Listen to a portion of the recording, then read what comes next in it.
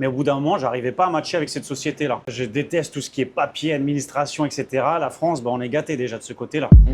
Et j'ai même mon patron qui m'appelle, il me dit bah écoute, t'as encore des congés, tu veux y rester, tu veux poser. Faut pas me tenter. Hein. Je savais pas que t'allais pas revenir. Quand tu suis tes amis, tu te laisses guider, tu vas aux endroits qu'ils aiment, tu vas au restaurant qu'ils aiment, tu fais pas tes découvertes par toi-même. Et ici, je prenais plaisir à me réouvrir les gens, à booker une excursion avec la dame et rester parler 1 heure avec. Voilà, j'ai le temps. Et cette liberté, déjà, ça faisait plaisir. J'ai récupéré 8 000 euros, vraiment. Donc t'es parti avec 8 000 euros. 8 000 euros sur C'est vraiment pas la énorme. banque. Et salut YouTube, bienvenue dans cette nouvelle vidéo. Aujourd'hui, je me trouve sur le toit de Patong, en direct de Phuket. Et je voulais vous présenter quelqu'un qui m'est cher, quelqu'un que j'aime beaucoup et qui a un petit journal. Je pense que vous le connaissez. Attendez, je vous le montre tout de suite. Hello les amis, ça va les câbles? C'est Nico de la chaîne. Nico JTPT, journal télévisé pour la Thaïlande. Et si vous n'êtes pas abonné, pensez-y. Voilà, le petit jingle. Comment vas-tu? Super, super. Et toi, ça va? Magnifique. Regarde où tu m'accueilles, cette magnifique vue. Regarde-moi Donc, ça. très beau temps en plus aujourd'hui. Donc, vraiment, tous les éléments sont faits pour passer une bonne petite vidéo. Ouais, ça va être Voilà. cool. Ça va, je t'ai pas trop réveillé, c'est tranquille? Non, ça va. De toute façon, je me lève à peu près dans ces heures-là. C'est vrai que là, on est en plein cagnard, plein midi.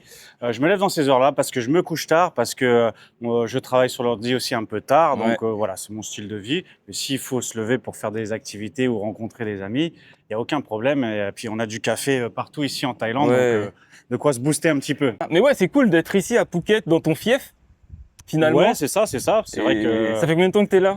ça fera 7 ans au mois de novembre. Waouh. Et principalement, j'ai habité ici sur Patong. J'ai déjà tenté des fois un petit peu ailleurs, mais c'est vrai que j'aime bien être au centre un peu des activités. J'aime bien aussi la vie un peu H24. C'est vrai que je viens de la région parisienne, donc bon, tout ce qui est citadin, ça m'impressionne pas trop. Je suis un peu habitué. C'est vrai qu'il y a des inconvénients, c'est-à-dire que des fois, quand c'est vraiment la haute saison, c'est moins vivable.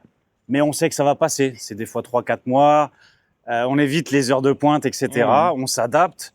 On évite les restaurants qui, des fois, en basse saison, sont totalement vides, mais en pleine saison, sont full. Mais pareil, comme je vis un petit peu en décalé, j'arrive à un peu esquiver les rushs de touristes.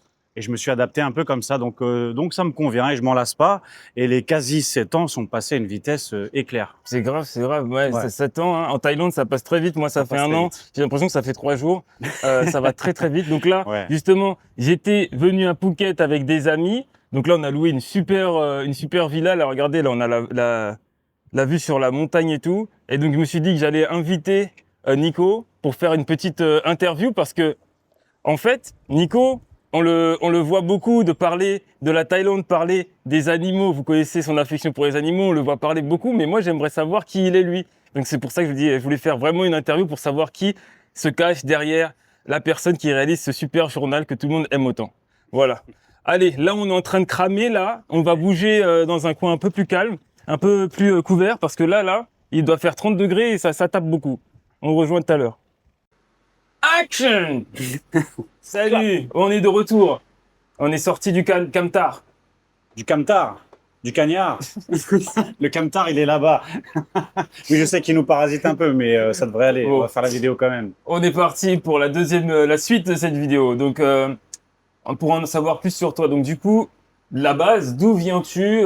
Si tu peux me dire Petite de présentation, CV, entretien Mais d'embauche. d'où viens-tu? Même tes origines, si t'en as, de région de France ou de région d'Italie, je sais pas d'où tu viens. Je me mets à poil, quoi. Tu te mets à poil Bon, complet. allez. Il vient d'arrêter. Et tu À mon vois avis, il va reprendre. Donc, voilà, moi, je suis Nicolas, 100% français, on va dire. J'ai pas d'origine. Je vais pas aller chercher des arrière-grands-parents, etc. Ma famille vient de région parisienne, les grands-parents, arrière-grands-parents, etc. Donc, et tous de la même ville. Donc, au bout d'un moment, on va pas faire les recherches plus loin que ça. Donc, région parisienne, en Seine-et-Marne. Que dire de plus, du coup? Combien de temps t'es resté là-bas? T'as grandi, tes études, tu t'es dirigé par quoi, tout ça? Du coup, oui, c'est vrai que moi j'étais quelqu'un pas très scolaire à la base, mais après ça peut s'expliquer par la suite de mon parcours. C'est vrai que j'ai toujours été un petit peu distrait, moi à l'école, etc. Et c'est souvent comme ça qu'on reconnaît aussi les esprits créatifs. Mm. Et au final, c'est ce que je suis beaucoup. Au final, je suis très créatif, j'ai toujours envie de créer des choses. Et du coup, ça pourrait s'expliquer pourquoi mon parcours scolaire, j'ai eu du mal à le suivre. Mais faut pas qu'on te mette dans une boîte, quoi. C'est ça, j'ai toujours été un petit peu en opposition avec ça. Et c'est au final, c'est la suite logique avec mon arrivée ici, mais on en reparlera après. Ouais. On va parler de ma vie en France. Bah, du coup, voilà, je me suis dirigé vers un parcours professionnel. J'ai fait un apprentissage en sérigraphie, par exemple, tu vois, imprimerie, tout ce qui est textile, objet publicitaire. J'ai eu mon CAP, donc voilà, sachant que la voie scolaire, c'était pas moi, je suis parti en professionnel direct. Ouais. J'ai fait ça parce qu'il fallait que je trouve au moins quelque chose qui m'intéresse un peu, qui m'accepte aussi, parce que quand t'as pas de diplôme, etc., t'es pas très bon à l'école, bah t'as beaucoup de portes qui se ferment. Ouais. Donc moi, la seule chose que je voulais pas faire, c'était travailler dans le bâtiment. J'ai rien contre les gens qui font ça, mais moi je voulais pas faire ça. Et en fait, c'était ça qui mettait un peu la pression. Je dis, oh non, j'aimerais pas faire ce job-là.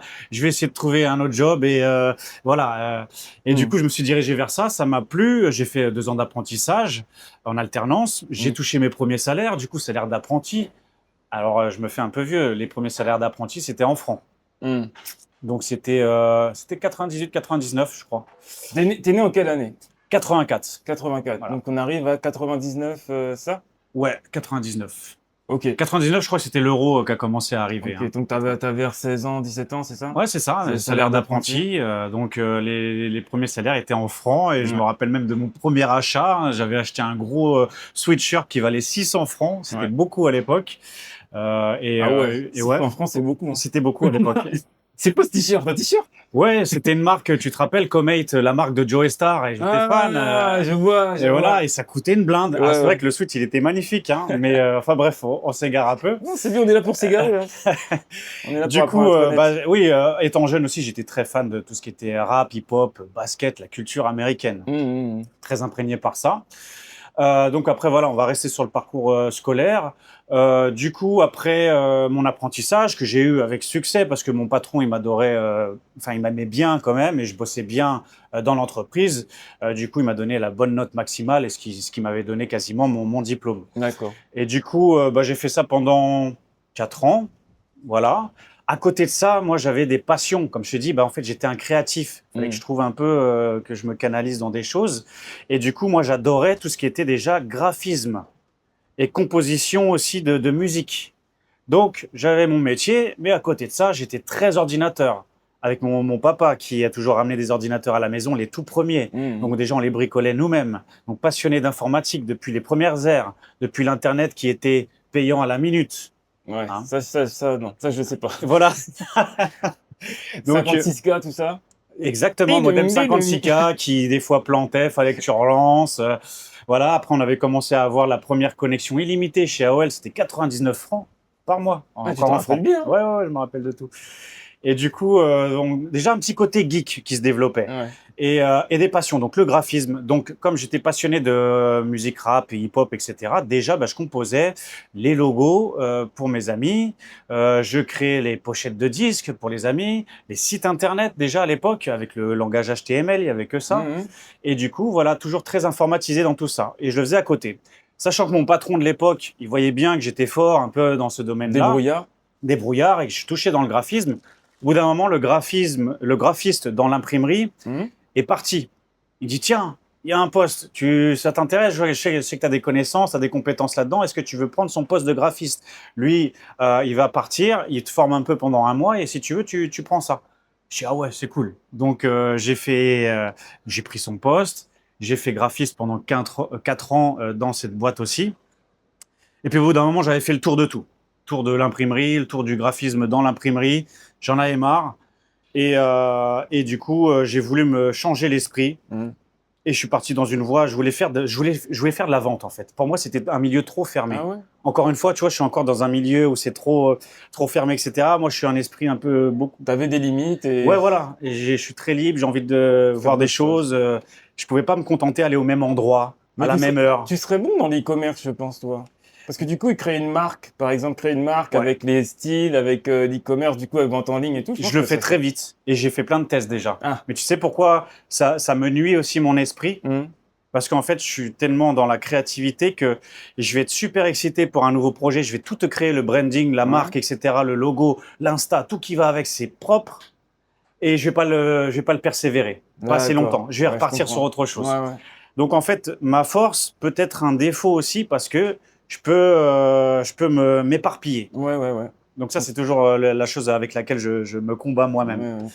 Et Vas-y. comme j'en avais fait le tour, comme j'avais dit là juste auparavant, je voulais m'ouvrir beaucoup plus. Et je voulais arrêter même ce métier-là. Hmm. Et du coup, je voulais faire de la vente. Oui, Et comme oui, j'ai je la vois ça. chance d'habiter à côté de Disneyland Paris, c'est une boîte Ouais. énorme qui recrute beaucoup, qui donnait Ah, beaucoup de jobs. c'est Neymar, c'est 7-7? Ouais, Ah, bah ok, je voilà, connais très Mo, bien. tout ça. Ouais, ok, ok. Donc c'est à côté de Disney. Ouais, bah oui. Et du coup, bah, c'est une entreprise géniale qui donne beaucoup de jobs aux gens de la région. Hmm. Et du coup, j'ai dit, allez, c'est bon, je plaque tout, je pars sur autre chose. J'ai besoin de m'ouvrir l'esprit, je pars à Disney. Voilà. Du coup, j'ai voulu rentrer en tant que vendeur. Comme j'avais pas de compétences, ils n'ont pas voulu. Ils me disent, ouais, mais là, il y a un job là pour vendre des snacks dans la rue, etc. J'ai dit, ok, vas-y, donne. C'est pas grave, je rentre dans Ouais. l'entreprise et on verra après. Et du coup, bah, j'ai pris ce job-là. J'étais dans un, tu sais, un petit kiosque et tout pour vendre des snacks, des boissons, etc. T'étais au top là, parce que c'est une nouvelle expérience, je Déjà, pense ouais, que. j'étais quand même satisfait. C'est-à-dire, c'était pas ce que je voulais, mais je l'ai pris Ouais, parce mais c'est que quelque chose de nouveau, je pense c'est quelque que. chose de nouveau que j'avais besoin. Ouais, Et cette ouverture comme je ça, et comprends totalement. me reconnecter un peu à des gens de la clientèle, plus rester Ouais. enfermé dans. Voilà. Et du coup, ça m'a bien plu. J'ai fait des nouveaux potes. Je travaille dans Disney, c'est une grosse boîte quand même, Mm. même si c'est pas toujours super bien payé. Mais au moins, c'est du job un peu facile. Il y en a pour tout le monde, même avec des gens sans compétences. Et du coup, voilà, j'ai fait ça pendant 6 mois. J'ai Mhm. tellement, encore une fois, bien bossé que mon manager m'appréciait bien. Il me dit, ah ouais, c'est de la vente que tu veux faire, bah vas-y, je vais te présenter au manager de la vente. Donc après, hop, j'ai switché, j'ai transféré dans le domaine de la vente, dans les Mhm. boutiques, etc. Et j'ai fait quasiment 4 ans de la 4 ans. vente chez Disney. Disney. Voilà, on va remonter bientôt jusqu'à Phuket. Après la vente, du coup, j'ai fait 10 ans de vente dans ce domaine-là en montant les échelons. D'accord. En passant de vendeur à vendeur expérimenté. Tout ça dans Disney? Non, Ah, dans différentes dans boîtes. différentes boîtes, t'as changé. Jusqu'à Disney, jusqu'à vendeur expérimenté, donc quelqu'un qui est bien marqué, Mhm. qui a des petites responsabilités, hein, qui peut donner par exemple l'argent aux caisses, etc. Il y a des termes à Disney, je ne vais pas les citer, c'est des termes spécifiques, mais bref, une petite évolution à Disney. Et comme malgré tout Disney reste une bonne chose sur le CV, parce qu'ils savent que les autres entreprises, quand tu sors de Disney, tu es bien formé, c'est très protocole, c'est Mhm. très. Voilà, les gens, ils sont calés. Ça reste une bonne expérience à vendre à l'extérieur. Donc, je m'en suis servi. Donc, après, je suis parti dans le prêt-à-porter. J'ai travaillé pour différentes marques, jusqu'à de la marque haut de gamme, des chaussures de luxe, Ok. sur Paris. Voilà, Ok, jusqu'à être complètement responsable magasin. D'accord. Donc, pour essayer de raccourcir un peu tout ça, sinon ce serait très long. Ouais. Mais à côté de ça, petite parenthèse, j'étais toujours passionné par l'informatique, ce que je faisais toujours par passion, et un peu comme second job, hein, parce que souvent en France, on a besoin d'un deuxième job pour gagner mieux sa vie. Eh bien, j'ai voulu aussi postuler chez Apple. Ah Et ouais. j'ai fait plein d'entretiens, j'avais tout validé, mais ils n'avaient pas de place. Donc Ah. bon, déçu. Mais peut-être que c'est une bonne chose. Ouais, Tu sais, des fois, c'est la vrai. vie, ils te disent. De toute façon, tu serais encore à Paris si t'étais chez Apple, tu sais. Par Peut-être, exemple, on te dit des trucs comme ça, donc. c'est vrai. Bah, c'est comme quand j'étais à Disney, je pensais pas rester 4 ans, hein. Moi, je voulais Ouais, ouais. rester 1 an, max 2 ans. Et au final, les années passent super vite. Ouais. Et puis des fois, tu as la frayeur de quitter là où tu es. Oui, bah oui, Tu normal. as la Parce peur. que t'es bien, t'es C'est confortable, t'as ça, tout ce que t'as. c'est ça. Ça se trouve, tu vas quitter, mais ça va être pire. Voilà. Mais c'est pour ça qu'encore une fois, là où je suis en Thaïlande, tout, tout s'emboîte parce qu'en fait, finalement, je me laisse pas dans ce confort, comme tu dis, dans cette peur. Je vais aller quand même chercher autre chose parce que je peux pas me contenter à faire la Dis- même chose toute ma vie. Dis-leur aux gens qui te regardent que Ouais. vraiment, c'est là, tu viens de dire un truc tellement important que il ne faut vraiment pas rester dans son confort.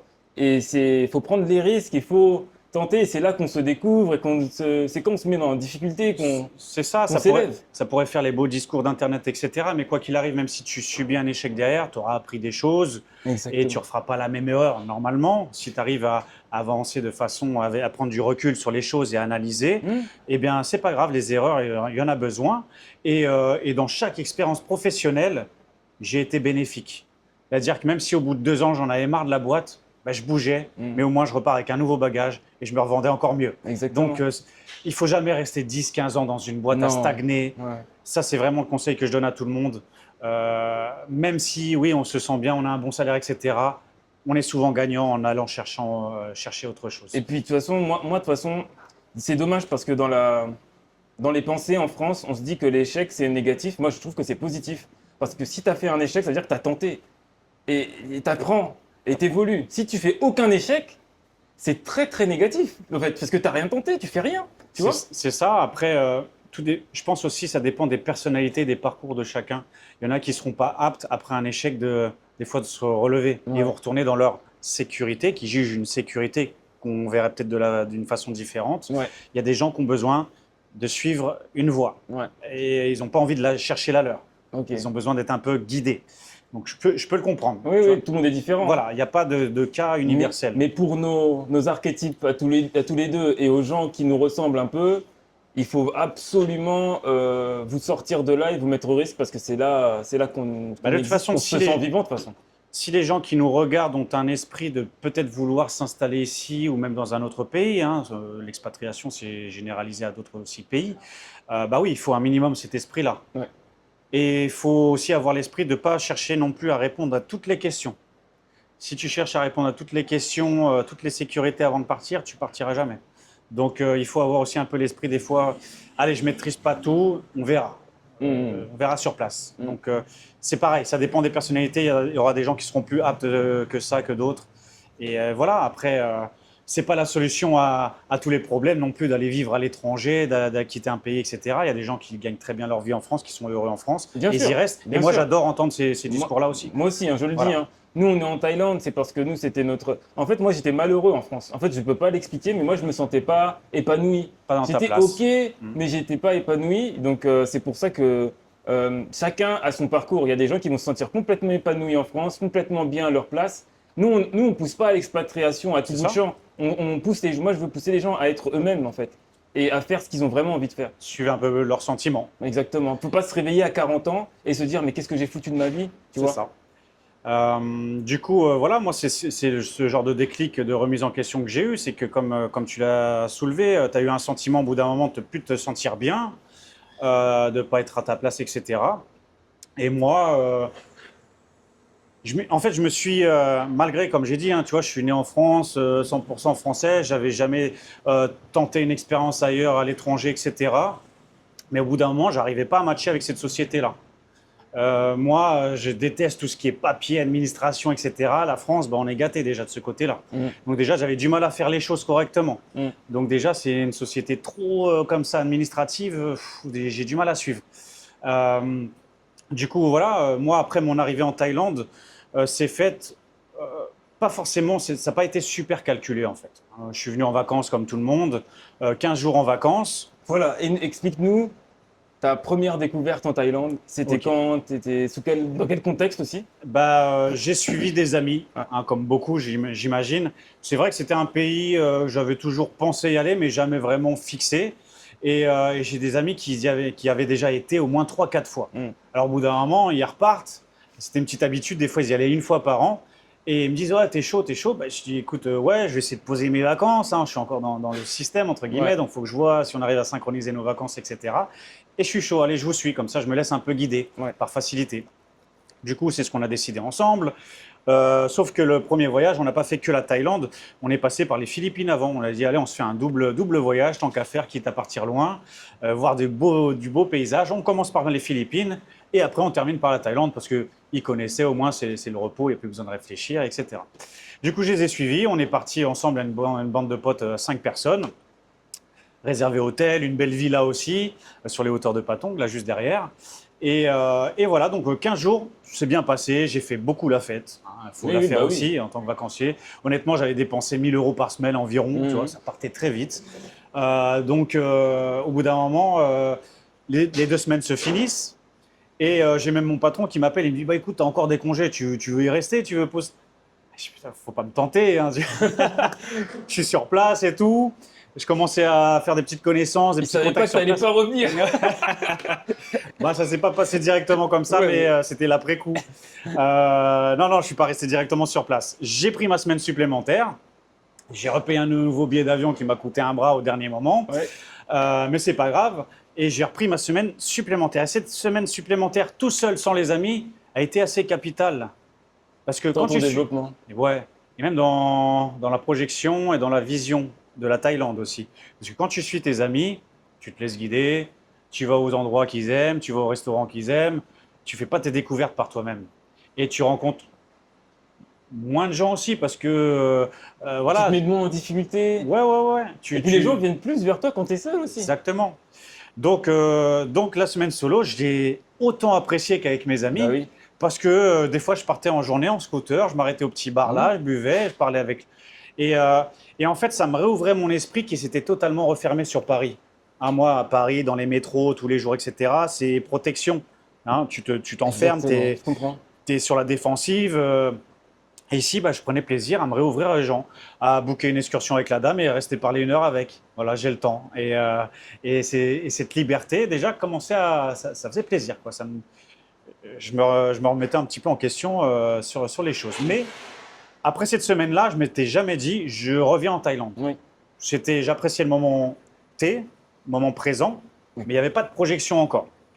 Mais j'avais déjà un petit recul sur les bons sentiments que j'avais. Donc cette semaine, c'était genre vraiment, voilà, ce que tu disais, c'était juste apprécier chaque moment Simple, et simple. sans planning. Et se laisser sa tête aussi, parce que tu sais, quand, en Voilà. fait, le truc, c'est que quand on est avec des amis, eh ben, on reste un peu dans le cap. Par exemple, tes amis, tu les voyais en France. Ouais, ouais. Bah voilà, en fait, en fait Par exemple, c'est l'environnement. Enfin, je vais remettre ma caméra vers moi parce que c'est un peu bizarre sinon. Parce qu'en fait, c'est l'environnement.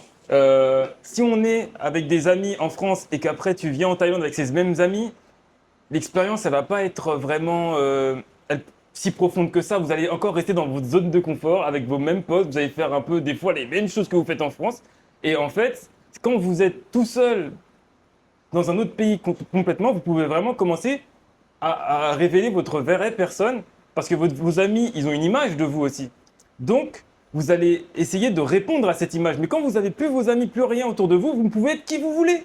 Qui vous voulez. Allez, je suis cosmonaute, allez, je suis ça. Vous êtes qui vous voulez. Et c'est ça qui est incroyable, quoi. exactement, ça permet de.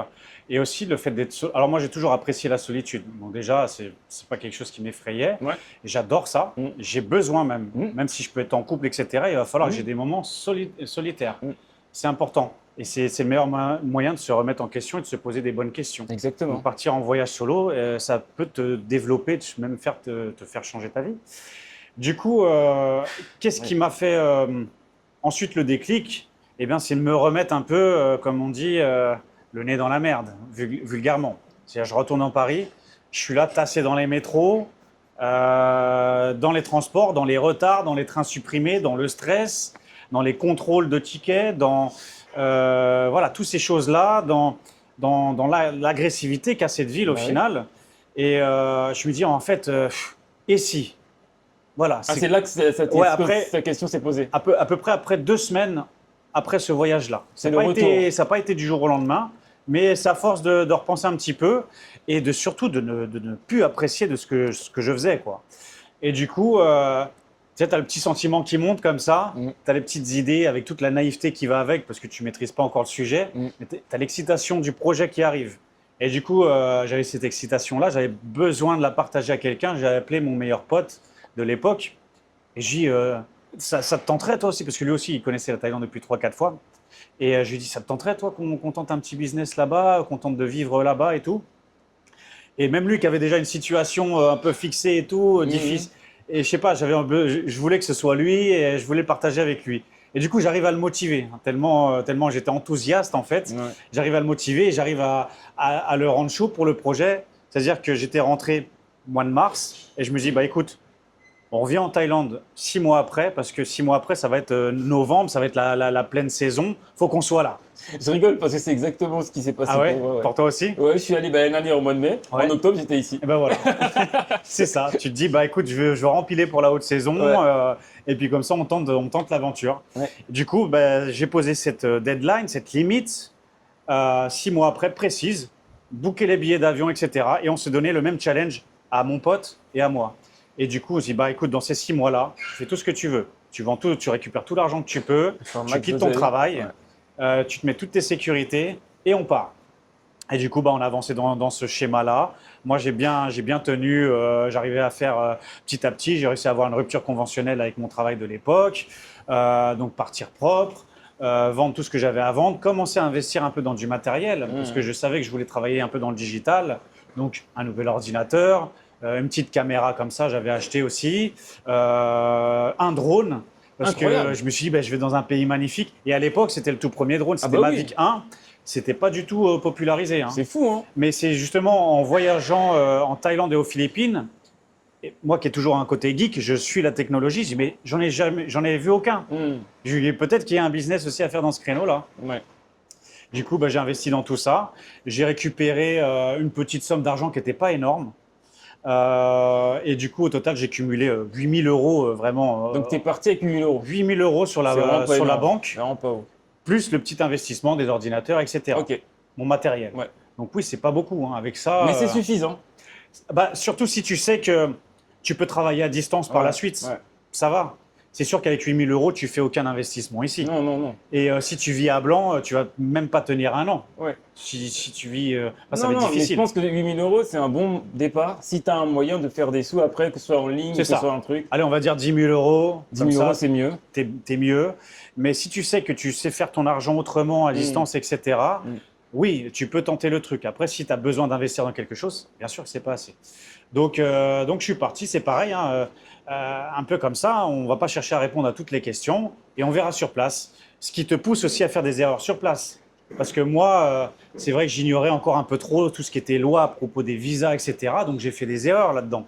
Penser que tu allais arriver dans le pays et travailler directement comme ça, c'était totalement bête. Ouais. Parce que forcément, il faut un permis de travail, Oui, il oui. faut ouvrir une compagnie. Oui. Moi, je pensais que j'allais arriver et pouvoir travailler comme ça, mais voilà, qu'est-ce qu'on peut C'est la reprocher? naïveté, hein. Mais c'est comme ça qu'on apprend. C'est hein. ça, j'ai jamais vécu à l'étranger, donc sûr. je l'ai appris très Ah rapidement. ouais. Donc en fait, t'avais quand même t'as voyagé dans d'autres Voyager, pays. ouais. Ouais, voyager, j'ai fait Voyager. tout ce qui est autour de la France, tous les pays Ok. de l'Europe.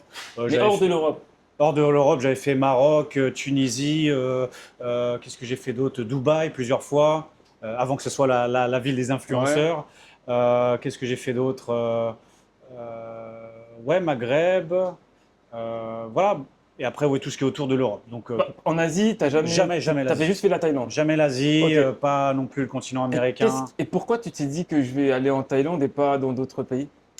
Bah, c'est par rapport aux choses que j'ai appréciées sur place. Ok. Et par rapport à un endroit, bah, du coup, que tu as déjà quand même connu un petit peu.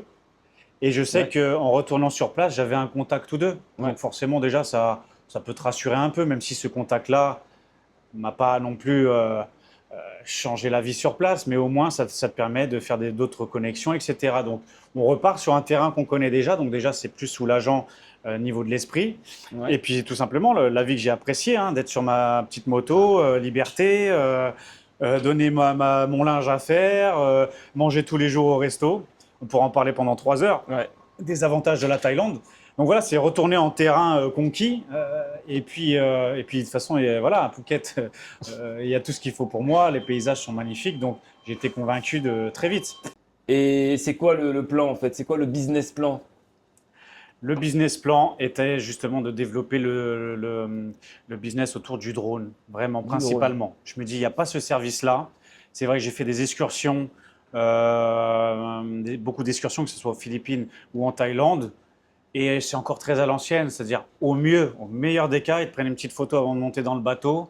Et puis après, quand tu reviens, tu as la photo dans le cadre avec les coquillages et tu as ton petit souvenir. C'est sympa, c'est un petit peu kitsch et tout. Ça peut avoir du charme. Mais je me suis dit, c'est dommage, on aimerait bien, maintenant, on a des téléphones avec caméra, on a des drones, immortaliser un peu plus ça. Est-ce qu'il n'y a pas un business à faire autour de ça, proposer ce service-là? Et du coup, j'ai voulu travailler avec des bureaux d'excursion pour proposer ce service plus. En disant, bah écoutez, à chaque fois que tu vends une excursion, propose mon service, je gagne mon argent, tu gagnes ton argent. Et du coup, c'est là où je te disais, j'étais parti un peu avec ma naïveté en disant, j'étais pas en règle en fait. Je savais pas. C'était pas dans le sens de vouloir tricher ou de vouloir faire quelque chose d'illégal. C'est que je savais pas. Donc j'avais commencé à démarcher comme ça les gens, les bureaux d'excursion. Jusqu'au jour où je suis tombé à un bureau d'excursion qui était d'un Canadien, donc francophone. Et elle me dit, oui, bon, écoute, ton service moyen, ça ne m'intéresse pas plus que ça, mais attention à ce que tu fais. Tu peux pas, si l'immigration elle te tombe dessus et tu fais c'est du travail illégal. Donc en fait, il m'a mis en garde et c'est là que j'ai tilté, j'ai pris conscience de la chose. Donc je me suis très vite arrêté. Hein. J'avais prospecté 3-4 jours Et bah, heureusement que je suis tombé sur ce monsieur-là qui m'a fait prendre conscience. Et je dis, voilà, attends, démarre pas trop vite. Et pourtant, tu sais, dans ma valise, ça pesait vraiment une tonne, hein. Ouais. J'avais imprimé 2000 flyers et 2000 Ah cartes de ouais. visite. Ah ouais. Et ça pesait une tonne, hein. Parce que je travaillais en Ah, c'est imprimerie fou. avant, donc pour moi, c'était rien. Je me suis tout créé moi-même. Et puis Ouais. voilà, je distribuais. J'étais vraiment dans le but de démarcher. Donc, c'était une démarche un peu stupide, hein, Ouais. ignorante. Ouais. Mais bon, voilà, en tout cas, je l'ai arrêté très vite. Du coup, j'ai mis en pause tout ça. Je travaillais quand même encore un petit peu à distance parce que, en tant que graphiste, j'avais déjà des clients de France et qui revenaient vers moi de façon récurrente, qui avaient besoin de petits services. Donc, en attendant, c'était bien, mais j'avais pas encore de vraie situation ici. Donc, même si j'arrivais à me débrouiller, j'ai toujours ma petite somme de côté que je touchais pas trop. Mais c'est pas ça le but. Le but, c'est d'avoir une vraie situation et d'être en règle ici. Ouais. Du coup, après, tu sais, ici, c'est très facile de faire des rencontres. À chaque fois que tu parles français avec un autre français, la première question qu'il va te poser, ah bah qu'est-ce que tu fais ici, etc. Et du coup, c'est bien parce que tu peux proposer des fois tes services, etc. Le bouche à oreille, faire des contacts et éventuellement avoir des propositions aussi de job. Alors c'est ce que j'ai eu. C'est ce qui m'a mis en règle ici dans ce pays-là. C'est-à-dire qu'avec mes compétences de graphiste, etc., travailler pour faire du contenu marketing pour les boîtes, etc. J'ai rencontré une personne ici qui a plusieurs business. Il a 5-6 business. Et du coup, il avait besoin, il a un bureau même de marketing, il avait besoin de quelqu'un qui s'occupe de faire du contenu vidéo, des flyers, etc. La porte d'entrée. Voilà, enfin le Graal, vraiment Bah oui. le truc pour avoir le permis de travail. Et après, c'est tout qui découle, quoi. Et voilà, et d'avoir Une vie ici. Une vie ici. Alors c'est sûr que ça recolle un petit peu un schéma que j'aime un peu moins, c'est-à-dire que d'avoir entre guillemets un patron, etc. Mais non, ça va, ce job, j'étais assez libre. Ouais. Et puis je gérais mon boulot comme je voulais. Il y avait un minimum de contenu à faire par mois. Il y avait juste à T'étais respecter. super libre, quoi. Voilà, donc c'est à moi de me débrouiller, de m'organiser. Donc T'étais comme un freelance, en fait. exactement, Un peu. c'est ça. C'est tant que tu fais ton taf. C'est ça, c'est ton ça. truc. Donc, c'est super. c'est ce qui me convenait parce que c'est vrai que si ça aurait été me renfermer dans un bureau ouais, ici, en fait, ouais. reproduire le même schéma de vie que j'avais en France, ça ne m'aurait pas intéressé. Ouais. Donc, c'est ce qui m'a tenu jusqu'ici pour avoir vraiment une situation claire, légale, etc. Avoir un revenu assez stable.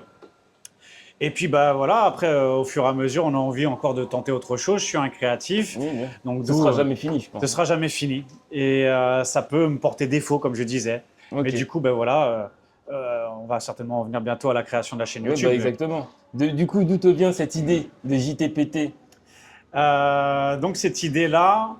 Donc, journal télévisé pour la Thaïlande, c'est ça? C'est ça, les initiales, journal télévisé pour la Thaïlande, parce que des fois on m'appelle JPTV, souvent JP, ça veut rien dire, mais il y a un petit côté dyslexique chez les gens des fois, voilà. Mais du moment qu'on se souvient de moi, c'est pas plus mal.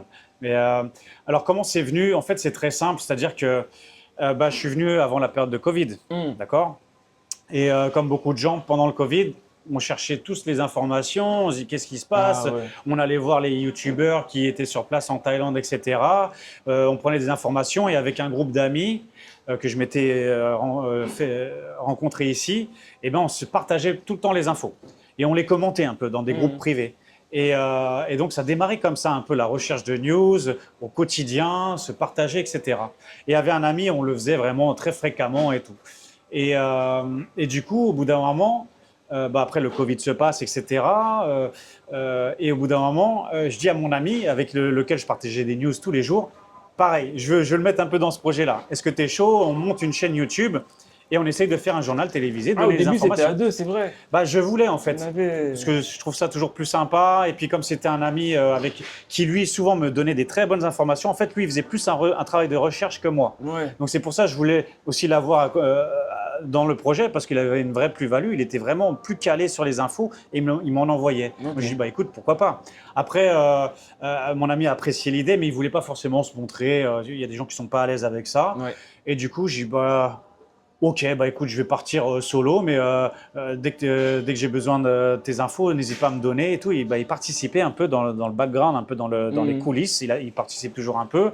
Et du coup, j'ai décidé, je pars solo. Hein. De toute façon, il ne faut pas toujours attendre les gens. Sinon, comme mon départ en Thaïlande, si j'attendais mon pote, au final, mon meilleur ami que j'avais appelé en France, au final, il n'est pas venu. Il n'avait pas réussi à se libérer. Je serais encore sur place. Donc, au final, je suis parti tout seul. Pareil pour la chaîne de news. Je voulais éventuellement être accompagné.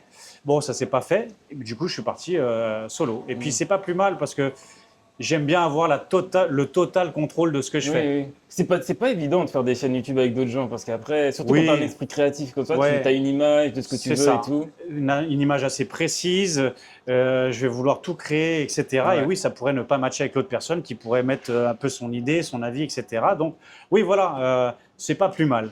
Mais petite info quand même, cette personne-là a apparu plusieurs fois dans le JT, mais pas physiquement, parce qu'au début, dans les premiers JT, que je vous conseille absolument pas d'aller revoir, parce que la qualité était catastrophique, mais bon, c'est C'est les bien, c'est premiers comme ça, essais. on apprend. Voilà, je suis parti, j'étais pas prêt.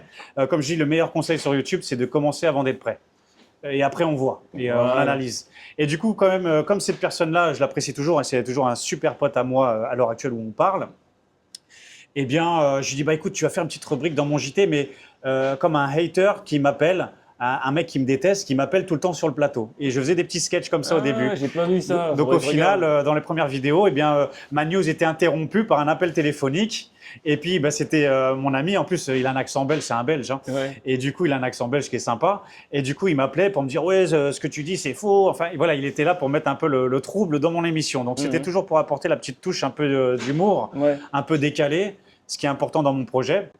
Et du coup, voilà, il avait sa participation. Mais après, j'ai arrêté parce que bon, ça nécessite plus de temps, de travail. J'écrivais un script, il fallait qu'il me le dise, qu'il m'envoie les vocaux. Donc, en fait, dans l'évolution de mon JT, j'ai essayé à raccourcir toutes Les frictions. les frictions, tout le temps, Ouais. le temps que j'avais à faire pour le JT, pour le réduire au maximum, pour que je puisse être assez productif et ne pas me mettre dans la sauce et pas passer une semaine sur un JT. Voilà. Mhm. Donc, Et oui, justement, sur le temps que tu passes, là, aujourd'hui, t'en es rendu à combien de temps, combien il te faut pour tourner un JTPT? 2 jours pleins. Ah, c'est quand Et même énormément de boulot, les gens ne se ouais, rendent pas, se ouais, rendent ouais, pas ouais, compte. Hein. c'est 2 jours pleins, c'est-à-dire qu'il y a 2 jours où je dis aux gens, il ne faut pas me parler. Ouais. Je ne suis pas dispo. Et encore, je dirais presque 2 jours et demi. Parce que, allez, je vais t'expliquer à peu près mon créneau. Je le fais en fin de semaine pour le publier le dimanche. Donc déjà, dès le vendredi, je commence déjà à me mettre au courant des news. Toute la semaine, j'ai fait des screenshots, des news qui peuvent m'intéresser en fin de semaine. Donc après, vendredi, je recommence à checker ce que j'ai sauvegardé. Donc je mets tout ça de côté. Et le samedi commence le boulot où du matin au soir, je suis chez moi. Je ne sors même pas. D'accord? Je ne sors même pas pour manger, on m'apporte à manger. Donc le samedi, c'est le jour de Charbon. charbon de tournage. Donc toutes mes news, je les colle dans le navigateur, je me prépare un peu. J'ai pas de script. Au début, j'écrivais du script. Ça n'a pas de script? Non, j'ai pas de script. Incroyable. Tout se fait après en impro devant la news. Ouais, ouais, ouais. Non, mais c'est impressionnant. Oui, alors j'avais commencé avec des scripts au Ouais, début. ouais. Et ça me mettait la pression. Parce que justement, comme je t'ai dit, le but était de raccourcir la charge de travail. Et quand j'écrivais tout, les news, etc., déjà, tu perds le côté un peu spontané. Et puis, bah, du coup, bah, dès le lundi, le mardi, le mercredi, je commence à écrire. Donc, au final, j'y passais toute la semaine. Je ne peux pas m'y retrouver parce qu'à côté de ça, il faut que je bosse aussi. Parce que YouTube, ce n'est pas suffisant. On ne gagne pas sa vie avec YouTube, avec des petites chaînes comme ça. Donc, enfin, du moins avec la monétisation, etc. Et du coup, j'ai dit, bah, allez, j'écris plus. Je vais le faire en impro. Comme ça, toute la semaine, j'y pense pas. Et je règle tout ça en fin de semaine. Je tasse tout en fin de semaine. Donc, samedi, je remets mes news sous les yeux, dans le navigateur, tous les onglets, etc., dans l'ordre dans lesquels je vais parler. Et après, je me la mets sous les yeux et je commence l'enregistrement. Alors, c'est pour ça que ça me prend aussi du temps. Mais au moins, voilà, j'y passe que 2 jours complets. C'est-à-dire, le samedi soir, j'enregistre. L'enregistrement, il va prendre 2-3 heures. Voilà, j'ai 2-3 Pour heures une vidéo de 15-20 minutes. Ouais. Donc, j'ai beaucoup après de montage. Et c'est pour ça que le samedi, donc voilà, je sais les news, je fais l'enregistrement et je finis souvent, il est minuit, 1 heure. Voilà. Donc, une fois que c'est terminé, bah, je mange, etc. Je commence à rassembler les fichiers, à les préparer pour le lendemain, car le lendemain, le dimanche complet, je me lève, 11 heures, etc.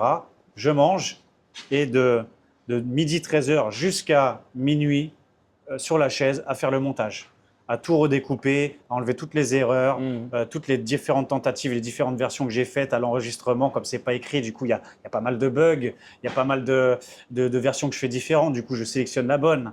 Donc ça a son avantage et son inconvénient. C'est que l'inconvénient, c'est que j'ai beaucoup de montage derrière, donc ça peut être entre 10 et 12 heures de montage par la suite. Parce que ce qui prend aussi beaucoup de temps, comparé à une vidéo comme ça, eh bien, c'est que dans le JT, j'ai beaucoup de pièces jointes, j'ai beaucoup d'images à incorporer, c'est ça. de vidéos, de titres, de choses. Et ça, Des fois, je vais faire juste une petite animation pour faire bouger une voiture à l'écran. Ouais, Ça va me prendre 10 minutes, ouais. juste pour un truc qui apparaît 2 secondes à l'écran. Donc voilà, mais après, j'aime bien aussi un peu faire ça parce qu'on rentre dans la matérialisation de ce que je raconte. C'est ça qui est beau. J'image ce que je raconte. Il faut que j'apporte aussi des choses visuelles parce que me regarder pendant 20 minutes à dire les news, c'est chiant. Non, mais toi, c'est ça, c'est t'apportes ta patte d'humour, tu fais l'escalier qui descend derrière ton divan. Ça, c'est ma préférée, celle-là. Non, on oublie ça. Mais oui, c'est ça aussi le concept de ce JT, c'est d'essayer de rendre ce format-là le moins ennuyant possible, de parler des news qui ne sont pas toujours très joyeuses, de ne pas transformer ce JT en quelque chose d'anxiogène, etc., comme on peut avoir certains JT, et d'apporter aussi, d'essayer d'équilibrer entre les mauvaises nouvelles et les bonnes. J'essaie d'en apporter un peu dans le lot. Moi, j'aimerais juste revenir vite fait, juste le dernier JTPT, du coup, parce que moi, j'ai été complètement choqué hein, par ce qui est arrivé au chien, du coup. Ouais. Moi, du coup, il s'en est sorti des vivants? Les chiens sont vivants, par Ok. exemple. Tu parles de la news comme Qui quoi l'a enterré, là? voilà, qu'un expatrié français ici aurait, parce qu'on n'a pas la On n'a pas la confirmation, on ne confirme. peut pas condamner, Aurait. aurait enterré son chien vivant, ce qui lui, il défend. Et il dit qu'il l'avait enterré Il est- parce qu'il le pensait mort, il respirait Ah, plus, ah. etc. Ce qui peut arriver aussi. Maintenant, Ouais. on n'est pas sur place, on ne peut pas savoir. Ouais. Donc là, maintenant, Il l'a enterré vite, alors. Tu vois, c'est bizarre. c'est ça, il y a d'autres personnes qui vont dire bah faut attendre au moins 1 heure ou quelque chose, Une pas heure, après 15 minutes, Bah etc. oui. Donc on peut aller chercher la petite bête, etc. Après, c'est pas le but du JT, tu vois. Non, c'est Moi, je juste suis la là. vie, un vie neutre. Voilà, c'est ça. J'essaie de rester objectif, même si je suis un amoureux des animaux. J'ai envie de prendre parti, mais je me retiens. Ah, c'est fou, hein. Parce C'est que fort. Hein. il faut, ouais, et c'est pour ça que des fois, je peux écrire 2-3 lignes pour que je ne m'emballe pas, tu vois, que je reste assez neutre, etc. Des fois, je peux écrire l'intro d'une news pour que je parte dans la bonne direction. Parce que partir en impro, des fois, je vais reprendre mon sentiment à moi et Ouais. du coup, c'est plus assez neutre. Donc, j'essaye. Donc voilà, on n'est pas là pour juger les gens, on est là pour relayer les news. Parce qu'il y a plein de gens, souvent, des fois, qui me disent « Oui, tu fais la propagande de ci, tu fais la propagande de ça. » Je dis « Non, non, non. Moi, je prends aucun parti. Je relaye les news. Des fois, j'ironise un peu. Des fois, je peux donner un petit avis personnel sur un détail. Mais c'est tout. Je ne suis pas là pour dire ce qu'a fait la politique, ça c'est bien ou pas. Si ce monsieur avec ce chien, c'est le coupable ou pas. Je ne suis pas là pour ça. On relève les news. Après, aux gens aussi d'avoir leur propre opinion. On n'est pas un tribunal. On n'est pas un tribunal. Quand il y a ce genre de faits divers-là, on doit en parler aussi parce que ça fait beaucoup de bruit. Moi, ce qu'il faut savoir aussi, c'est que je suis dépendant des news qui arrivent. Si quelque chose qui a fait beaucoup de bruit, eh bien, j'en parle pas, quelque part, on pourrait dire, bah tiens, je prends parti aussi. Oui, il a mal fait son taf. Ou il a mal fait son taf parce qu'il ne relève pas quelque chose qu'on a entendu parler partout. Et tout le monde en parle et pas lui. Donc voilà, ça pourrait me retomber aussi dessus. Donc j'essaye de trouver le juste équilibre entre les choses pour déjà donner un JT équilibré, de rester le plus neutre possible. Et d'avoir aussi des news un peu différentes pour les gens, que ce ne soit pas toujours les mêmes choses, que ce ne soit pas toujours que politique ou que les news après des visas, etc. Donc il y a un vrai travail de recherche et de sélection qui est important, parce que aussi ce qu'il faut faire en Thaïlande, ce qu'il faut le dire, c'est que si j'étais là que dans le négatif ou à donner une mauvaise image de la Thaïlande, ça pourrait aussi se retourner contre moi. Exactement. Il ne faut pas donner une mauvaise non plus image du pays, véhiculer une mauvaise image. La Thaïlande ne pourrait ne pas apprécier ça, ça pourrait me retomber dessus aussi. Et du coup, c'est quoi un peu le next step sur JTPT? Est-ce que ça va changer? Est-ce que tu vas garder ce même rythme? Est-ce que tu vas rajouter des vidéos? Enfin, Voilà, alors c'est vrai que là, je viens juste de passer les 2 ans avec les 10 000 abonnés. félicitations encore une fois. Merci d'ailleurs. beaucoup.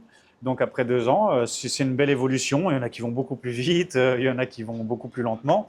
Donc l'évolution par rapport à ça, alors déjà, il y a une chose qu'il ne faut absolument pas toucher, c'est ce JT, le rendez-vous du dimanche. Parce que j'ai réussi à créer un vrai rendez-vous. Les gens sont fidèles. J'ai une bonne base qui est là, qui suit vraiment. Bah, moi, je serai le premier, les gars, à venir l'embrouiller si dimanche il n'y a pas la vidéo. Je crois en 2 ans, c'est dû arriver une fois ou deux Ouais. où je l'avais décalé le lundi parce qu'il y avait eu un gros problème technique. Ouais, mais c'est une prouesse parce que toi, tu peux même pas faire les vidéos en avance. J'ai rien en avance. C'est ça en fait le truc, c'est que c'est très dur, les gars, de faire ça. C'est ça. C'est même une petite pression, c'est du flux tendu. Ouais. Je suis dans le marathon. C'est pour ça que les 2 jours, comme je dis, il ne faut pas que je parle aux Même gens. en termes de discipline, ça prouve des C'est choses, ça, quoi. c'est ça. fou, hein. Mais justement, ça a été c'est un peu une thérapie pour moi, ce projet-là, parce que comme j'ai dit dans mon parcours et dans ma vie d'avant, c'est comme je suis un créatif, je m'éparpille un peu partout. Ouais. Donc là, je dis, allez, pour une fois dans ma vie, tiens ce truc-là, ne bouge pas.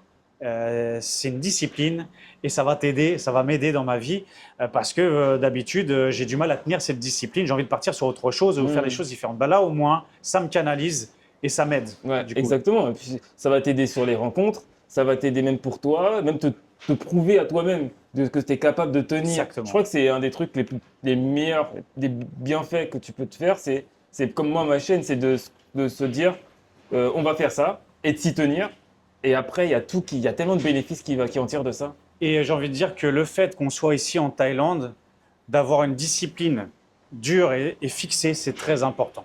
Exactement. Parce que tous les gens qui vont potentiellement échouer ici, eh ben, c'est de se laisser distraire très facilement par ici. Il y a tout pour se distraire ici. Oui. Et là, il y a de la tentation partout, dans tous les domaines. Ouais. Donc, si tu n'arrives pas à avoir un côté discipliné, C'est mort. c'est fini. Moi, je le recommande même pas, hein, la Thaïlande, aux gens qui sont pas disciplinés. C'est ça. Et d'ailleurs, ce que je voulais dire, c'est que moi, je suis content. Bah, je vais remettre la caméra vers moi. Je voulais dire aussi que moi, je suis content d'être venu en Thaïlande qu'à 34 ans, parce que je serais venu là avant, ça aurait été très très problématique pour moi en termes de discipline et tout. Je l'avais pas et tout. Donc moi, je suis très conscient que je n'en aurais tout simplement pas été capable. Je le dis. Donc, mais là, 34 ans, j'ai de la discipline, j'ai de la sagesse, j'ai pas envie d'aller à droite à gauche tous les soirs. J'ai des projets qui me drive et qui me donnent envie, qui me poussent à me lever tous les matins et avoir un truc plus grand que moi qui touche des gens, qui me permet de rencontrer des gens. Et donc, ouais, c'est ça. Ça fait partie des qualités qu'il faut. Soit on l'a déjà, la discipline, ou soit il va falloir l'apprendre très vite et la respecter. C'est le meilleur moyen, je pense, ici pour réussir parce que oui, à tout moment, regarde, il fait magnifiquement beau aujourd'hui. J'ai dit, bah allez, je fais pas ma vidéo, je vais me baigner. Il y a un pote qui m'appelle, tu veux une bière à la piscine? J'y vais. Donc, il faut se canaliser. Alors, des fois, on lâche un petit peu parce que je suis pas là non plus. Il faut lâcher. Il faut lâcher, mais quoi qu'il arrive, Tant que tu tiens voilà, ça ne me fera pas décaler mon JT. Voilà. Donc, s'il faut que je travaille jusqu'à 4 heures du matin pour quand même finir ma vidéo, bah, je le ferai. Je vais accepter la bière à la piscine, mais bon, bah, je vais finir à 4 heures. Voilà, je vais le donner dimanche. Et rien ne me fera changer sur ça, à part un gros problème technique comme j'ai déjà eu. Et, oui, bon, ça, c'est pas grave. Voilà. Donc, on revient à la question principale. Quelle est la suite? Justement, j'aimerais développer un peu plus. C'est ce que j'ai commencé à faire par rapport à ces 2 ans de chaîne et à ces 10 000 abonnés. J'ai déjà créé une plateforme un peu privée, ce que j'appelle le GG Club, les gentils gens, parce que j'appelle ma communauté comme ça. Je suis toujours impressionné par la gentillesse, la générosité, ce qui me reconnecte aussi avec l'humain, parce qu'en étant à Paris, etc., j'étais misanthrope, détestais l'humain. Donc là, voilà, le fait de revenir en Thaïlande, ça m'a réouvert. Et le fait de refaire cette chaîne comme une thérapie pour la discipline et la réouverture d'esprit et par rapport au contact humain, voilà, que j'avais perdu. Rencontrer aussi plus de gens qui te ressemblent. Exactement, rassembler des gens qui se ressemblent. C'est pour ça qu'il y a des gens qui râlent, qui ne sont pas contents. Va faire un tour ailleurs. Et je le dis assez sèchement, je m'en fiche. Bah oui. Moi, je ne suis pas là pour courir aux abonnés au plus rapidement possible. Je préfère avancer avec une communauté lentement mais sûrement, avec des gens qui me ressemblent. Et du coup, c'est ce qui me plaît et c'est ce qui me conforte que je ne bougerai pas de ce projet-là.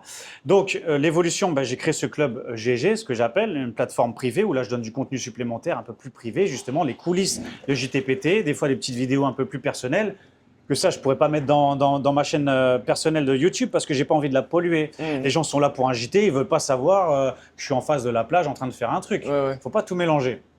C'est pour ça que j'ai redirigé tout le contenu qui est un peu plus privé vers cette plateforme-là. Ensuite, ce que j'aimerais faire justement, ça c'est tout récent et encore j'ai passé toute la journée d'hier, de proposer éventuellement une petite quotidienne. C'est-à-dire de gérer une news, au moins une news par jour, une news par jour et d'envoyer un petit format vidéo beaucoup plus brut. Il n'y aura pas le montage que j'ai besoin de faire, un format plus court en termes de minutes aussi. Et ça, j'aimerais bien le faire parce que j'aimerais produire plus de vidéos et donner même, au lieu de donner un rendez-vous hebdomadaire, donner presque un rendez-vous quotidien sans pour autant changer le rendez-vous hebdomadaire. Le JT sera là, il sera intouchable. Parce que dès que j'essaye de faire un nouveau format vidéo, comme par exemple, des fois, je fais une petite interview comme ça. Des fois, j'ai souvent le commentaire « Non, reste sur ton JT, fais ça. » Je dis « Oui, mais ça ne va pas bouger, ne vous inquiétez pas, je n'y touche pas. Vous êtes là pour ça, je vais vous donner ça. » Et tout ce qui est contenu supplémentaire sur notre plateforme, comme ça ne vous pollue pas. Et éventuellement, la petite vidéo quotidienne, ceux qui ne voudront pas la regardez pas, mais revenez le dimanche.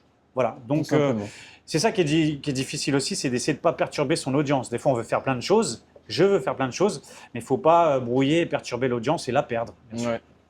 Donc ça va être l'évolution de la chaîne. Rester dans les news et peut-être faire un peu plus aussi de petits reportages à l'extérieur parce que les gens sont habitués de me voir à l'intérieur et ça leur fait du bien aussi quand je fais des vidéos au micro-trottoir à l'extérieur. Ça plaît plutôt pas mal. Donc continuer dans ce sens-là aussi. Ok, génial, génial. Bon, je crois qu'on a fait le tour au niveau du GTPT. Ouais. Maintenant, j'aimerais bien retourner un peu plus au niveau de la France. Que penses-tu de la France? La fameuse question. Bon, on coupe, c'est bon, la vidéo est terminée. Toi. Allez, salut, à la prochaine. Non, alors il y a une chose importante aussi, c'est que des fois, quand les gens nous regardent à l'étranger, parler des avantages de la Thaïlande, etc., ils ont l'impression des fois qu'on va cracher sur le pays, qu'on a la haine vers le pays, qu'on fait ce qu'on appelle toujours des anglicismes, des mots anglais que les gens n'aiment pas non plus, du French bashing, c'est-à-dire on est là pour taper sur la France. Non, pas du tout. Moi, je suis né en France, ça m'a donné la chance d'être ce que je suis maintenant. C'est pas parce que je suis né en France que je suis condamné à rester là-bas. Je m'y retrouvais pas. Donc, la France, il y a une très bonne base pour se développer culturellement, mentalement. Après, pour le business, je pense que ce n'est pas toujours le meilleur pays. On sent qu'il y a une certaine limite. On sent que les libertés ont une certaine limite aussi. Donc, au final, comme je disais, moi, c'était un pays qui me paraissait vraiment trop administratif, procédurier, etc. Et c'est vrai que quand je vois du coup certaines facilités qu'il y a en Thaïlande et des choses qui vont beaucoup plus rapides et beaucoup plus simples, eh bien, j'ai vu que ce pays matchait beaucoup plus pour moi. Donc, la France, j'aurais pu peut-être faire une chaîne en France, une chaîne YouTube aussi sur les news, etc. Mais ça m'intéresse même pas en fait de parler des news de la France. Je trouve que les chaînes qu'on voit, les JT, etc. C'est toujours assez négatif. Il y a très peu de JT un peu décalés comme ça. Et non, c'est un pays dans lequel je me visualisais plus. Donc, je n'ai rien contre ce pays-là. Maintenant, je trouve aussi une des chances que la France nous donne, c'est d'avoir un super passeport qui voyage partout. Pourquoi ne pas utiliser cette chance? Il y a des pays qui adoreraient ça. Il y a des pays qui, à chaque fois, quand ils doivent voyager, doivent faire un visa. Ou certains pays où tu ne dois pas aller. Eh bien, on a cette chance-là, il faut la tenter. Il y a des gens qui rêveraient d'avoir ce passeport-là. Donc voilà, il y a des avantages d'être né en France. J'y suis arrivé par chance, donc c'est comme ça. Donc voilà, il faut profiter des avantages de ça et tenter. Et puis en fait, c'est se créer une deuxième chance, encore une fois. Même si quand on fait les choses après, c'est la détermination, ce sont des choix. Mais se créer une deuxième chance. Et puis si ça ne marche pas, bah oui, on peut retourner au pays natal. Voilà, c'est comme ça. Donc toi, en plus, toi, t'es Phuket man. Toi, tu vas être Phuket maintenant, Phuket pour toujours. Quoi. Phuket forever. Non. Je vais t'offrir un t-shirt Phuket forever. Non, même pas forcément. C'est que, bah oui, je me suis retrouvé très bien parce que je trouve qu'il y a tout à disposition ici. Le paysage me plaît. C'est une plateforme stratégique. C'est dur déplaire dans le paysage ici. Hein. Ouais. Si ça ne vous plaît pas ici, vous avez des problèmes. Hein. C'est ça. Il y a beaucoup de gens qui ont des préjugés justement sur Phuket. Alors, j'essaie d'expliquer, de contre-argumenter ça, même si je ne suis pas là pour convaincre tout le monde. Ce n'est pas forcément l'endroit parfait, etc. Chacun se plaît où il veut. Mais honnêtement, en cherchant un peu, il y en a pour tout le monde. Il y a du calme, il y a du bazar, il y a des plages bondées, il y a des criques où tu es tout seul. Donc en fait, il faut juste chercher. Ouais. Et c'est pour ça, moi qui adore chercher, me perdre dans les paysages, etc. Déjà, autour de Phuket, tu as du choix. Et puis ça reste une belle plateforme pour transiter ailleurs, que ce soit en interne en Thaïlande avec l'aéroport, etc., les transports, les bus, etc., et aller dans d'autres pays. Hein. Donc, il y a le vol maintenant, Paris-Phuket. Oui, le vol direct chez Air France. Du coup, c'est encore mieux pour les gens qui... Ça peut être une alternative encore pour arriver directement. Oui, c'est ça. Donc, cool.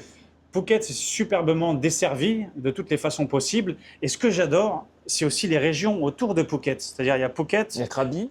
On monte juste au-dessus, il y a Phang, c'est pareil, c'est la région entre Krabi et c'est Koh Phangan, tu parles? Non, Phang. Phang. Ouais, c'est la région juste au-dessus de Phuket. Dès que tu passes le pont de Phuket, tu es dans cette région-là. Okay. C'est là où il y a James Bond Island, par exemple. Okay, c'est pas Phuket. Et du coup, tu traverses cette région-là et après, tu arrives à Krabi. Donc déjà, cette région-là, elle est magnifique, elle est montagneuse, il y a des petites cascades, il y a des coins nature. Donc même si on trouve que Phuket est surbondé, on fait à peine 1 heure de route, on est au milieu des montagnes de la nature. Et oui, après, comme tu as dit, ensuite Krabi, qui est une des régions que je trouve des plus belles de la Thaïlande. Du monde. Ou aussi, hein, pourquoi pas.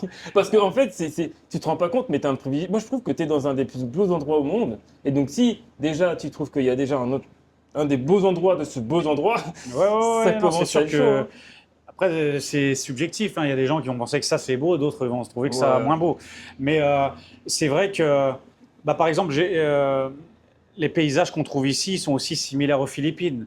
Tu vois, moi, quand j'avais voyagé aux Philippines, j'étais fan de ces cadres-là, de la mer Bleue, de ces îles, etc. Donc, voilà, moi, quoi qu'il arrive, vivre en Thaïlande, c'est être dans ce cadre-là. Ouais. Donc, c'est vrai que je me verrai jamais vivre à Bangkok, ni à Chiang Mai. Voilà, Pattaya. Ce que j'aimerais peut-être, c'est le côté, bah, c'est assez grand et il y a tout sur place, etc. Mais le Peut-être cadre, le coût de la vie aussi est pas terrible. C'est là où il y a ouais, l'avantage. c'est un point Parce que positif. Phuket, c'est cher, hein. C'est plus cher. Mais encore une fois, tu peux très bien encore fouiller un peu. Ok. Tu seras peut-être pas vu sur la mer, Ah, mais tu peux trouver un bon condo, un bon appartement pas cher. j'ai une bonne question du coup par rapport à ça. Ouais. Tu dépenses combien par mois environ ici? Alors, en facture déjà, on va dire 20 000 bahts de facture. Mhm. Ça comprend tout. C'est-à-dire que je vais Loyer. payer le loyer, la moto, l'essence, l'entretien, etc., la bouffe, parce que c'est vrai que bon, bah, ça a un certain Oui, coût. bien sûr. Que ce soit des fois des beaux restaurants ou des fois des Mhm. restaurants beaucoup plus modestes. 20 000 bahts, ça fait à peu près 500 euros, hein, quelque chose comme ça, hein, pour Ouais. faire la conversion, etc. Ouais, 500 euros. Donc ça, c'est pas compris avec le prix du visa, etc. Là, on parle juste des dépenses par Oui, mois, hein. par dépense par mois. J'inclus pas le visa, Non, non, assurance non. santé, etc. Non, non, non. Donc, les 500, ils passent facile. Voilà, c'est le net que je mets dans les Ça, c'est le factures. coût de C'est la vie payé. de tous les mois. J'ai mon appart, j'ai ma C'est vie, j'ai ma super nourriture. bas, hein. Voilà. Les gars, vous vous rendez compte qu'il vit avec 500 euros par mois. Tu te fais des. Je- Comment dire, est-ce que tu te permets tout, quoi. Tu vis bien, quoi. Alors, je me permets pas tout non plus. Je vais pas aller dans des Tout beach ce que tu as clubs. besoin, je me demande. Oui, voilà, la vie simple, en fait, Voilà. la vie normale, la vie routinière. Oui, alors attention, c'est pas que je vis avec 500 euros par mois. Ah. C'est que je dépense en facture 500 euros par mois. Après, je vis avec plus que ça par mois. Parce que justement, il y a les plaisirs, il y a les loisirs, etc. Oui, bah justement. Là, tu as 500, plus le reste. Voilà, c'est ça. Au total, honnêtement, en dépenses totales, je dépasse pas, allez, je vais dire 800 euros, 900 euros. Ouais. Moins de 1000 euros, c'est sûr. C'est sûr, moins Je de 1000 euros. dépense moins de 1000 euros par mois À avec les Phuket. loisirs. À Phuket, En c'est ça aussi. 2025. C'est ça. Donc, comme tu Incroyable. dis, ça serait dans une autre région, en Nissan, voire même à Pattaya, etc. Je dépenserais encore moins. Ouais. Moi, je peux descendre à 500 hein, par mois en tout Voilà. à Pattaya. Ah ouais, C'est un n'importe quoi. voilà. Et du coup, ici, est-ce que tu aurais des petites pépites? Parce que ça fait combien de temps que tu es ici? Ça fait longtemps. Donc, c'est vrai que 2, 3 endroits, on va pas faire trop de trucs que tu recommandes aux gens d'aller visiter. Dans Phuket, du Ouais, coup, ouais. Ou même si ce soit des restaurants, des beach clubs ou une crique ou je sais pas, des trucs comme ça. bah, un peu paradoxalement parlant, moi j'aime bien aussi aller faire les trucs qui sont des fois un peu moins populaires. Hmm. Et justement, la région que je te parlais, la Panga, juste au nord de Phuket, bah voilà, on sort juste de Phuket, on passe le pont. Et là, il y a un viewpoint que j'adore, enfin un point de vue, désolé pour les mots anglais, hein, il n'y en a quand même pas ça. The French bashing again! Mais c'est que c'est aussi important des fois de dire les versions en anglais parce que c'est ce que vous allez entendre aussi sur place. Hmm. Donc, vous s'habituez aussi un peu à ce discours anglais parce que quand on veut vivre ici, il faut maîtriser un peu Ouais, ces ça mots. va pas être point de vue, les gars. Voilà, point de vue, voilà. Il y a certains mots qui sont pris en français, mais pas celui-ci. Eh bien, j'aime bien justement sortir un tout petit peu. Hop, on sort de Phuket. Et dans cette région montagneuse, il y a un point de vue magnifique. Et j'y vais pour le lever de soleil. Waouh! Donc, le point de vue s'appelle Samet Nangshi Hmm. Viewpoint. Allez, j'y vais demain matin. Voilà, Je me motive. je te le conseille. Il faut être là-bas à 6 h du mat, en haut du point de vue. Comme ça, en À fait, partir d'ici, on met combien de temps à y aller? si tu es en 2 roues, allez, 1 h 30, tu es large. Ah ouais, quand même. Parce qu'en fait, il faut sortir de Phuket, ça prend un peu de temps de sortir de Ouais, y a Phuket. pas de souci. Mais tôt le matin, au moins, ça roule, c'est tout droit, c'est bien, Ok. tu vois. Je pense que je vais faire ça. Donc, faut partir d'ici à quelle heure? Du coup, à 4 heures? Moi, je pars à 4 h pour être large. Ah ouais. Si Bon, t'es bah, à 4 h 20, Je vais 4 h essayer 30, de le faire. Je vais essayer de le surtout faire. quand c'est la première fois, tu vas te chercher un peu. Donc, voilà. Les premières fois, je comptais 2 heures, mais en 1 h 30, c'est large normalement. Ok. Donc, je te donnerai l'adresse. Tu arrives, tu payes 90 bahts pour une navette en 4x4, te monte tout en haut de la montagne. Et là, en fait, ce que j'adore, c'est que c'est tout noir. Tu vois rien. Tu dis, mais je suis où là? Je suis en haut d'une montagne, mais il se passe rien. Et en fait, c'est un spectacle. Déjà, tu as le lever de soleil, tu as les oiseaux qui commencent à arriver, les chants des oiseaux, etc. Et tout ce qui était tout noir devant toi commence à s'éclairer. Ouais. Et tu vois les montagnes au milieu de l'eau, de la baie. En fait, c'est une baie. Ouais, ouais. Hein, c'est comme, ça ressemble un peu à la baie d'Along pour ceux qui connaissent le Vietnam. Ouais, ouais. Ce sont des montagnes au milieu de l'eau. Magnifique. Et bien là, tout est noir devant toi. Et petit à petit, tu commences à voir les ombres des montagnes se dessiner. et le soleil qui se lève derrière ça avec des couleurs violettes, orange, rose. Ouais. En fait, c'est un rideau de spectacle C'est un qui s'ouvre. spectacle, ouais. Et ouais, c'est émouvant presque. Tu vois, quand tu arrives à t'imprégner de la sensation sur place et tout. Et j'ai amené tout le monde, des amis, des gens que je connaissais moins, ma famille, mes parents, mon frère, mon neveu. J'ai amené tout le monde. Tout le monde a apprécié. C'était magique. Chaque fois, c'est magique. J'ai dû le faire 6, 7 fois. Je m'en lasse pas. Dès que j'ai une personne un peu inconnue, justement, qui voudrait faire un truc sympa, qui sort un peu des trucs, des excursions classiques, allez là-bas.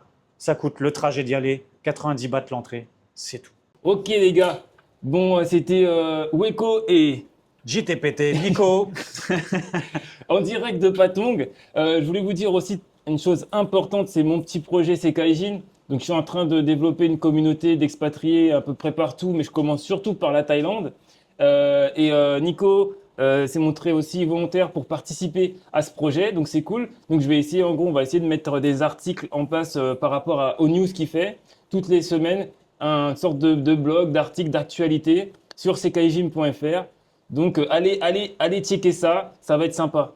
Voilà, dans la description. Dans la description, tout est en description. Faut cliquer. Donc, merci à toi aussi pour cette proposition-là qui va permettre d'avoir des articles sur mes news, ce que je ne fais moi-même pas. Du coup, j'ai pas de site internet. Donc, profitez de ta plateforme pour avoir mes news matérialisées en articles. Je trouve que c'est une superbe idée et avec plaisir de participer. Moi, je suis content aussi des gens comme toi qui arrivent et qui tentent leur chance. Ce qui, des fois, il y a des personnes qui ne nous voient pas bien. Pas toujours, on sent pas, on n'est toujours pas le bienvenu, tu vois. Ils veulent pas forcément des nouvelles personnes. Tant que les contacts se font naturellement, que c'est positif, etc. Ben voilà. C'est de l'entraide. Hein. C'est de l'entraide et je te souhaite le meilleur, tout le courage et de tenter ta chance et que ça ait réussi jusqu'au bout. Hein. Tout le monde a sa chance. Ouais, également. Je te tiens à te remercier de ta confiance aussi. Et ouais, parce que je suis trop content de cette petite vidéo qu'on a fait, de ce petit moment qu'on a passé ensemble.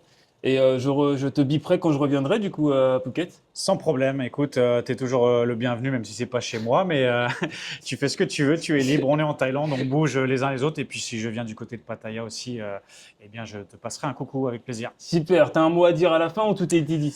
Tout a été dit. J'espère que j'ai pas été trop long. Hein. Désolé si la vidéo est trop longue. Hein, mais, on est là pour ça, prendre le temps de te connaître. Voilà, donc merci à ta communauté qui a pris le temps d'écouter. Et puis, rendez-vous aussi sur ma chaîne si vous voulez un petit peu de news. Je mettrai les contacts de sa chaîne, tout dans la description aussi. Et rendez-vous sur son site justement pour avoir les news en article beaucoup plus rapide. Voilà, donc vivement ton projet qui soit finalisé et que ça matche bien ensemble. Merci beaucoup. Merci à toi. Allez, salut à tous. Ciao, ciao. Bye.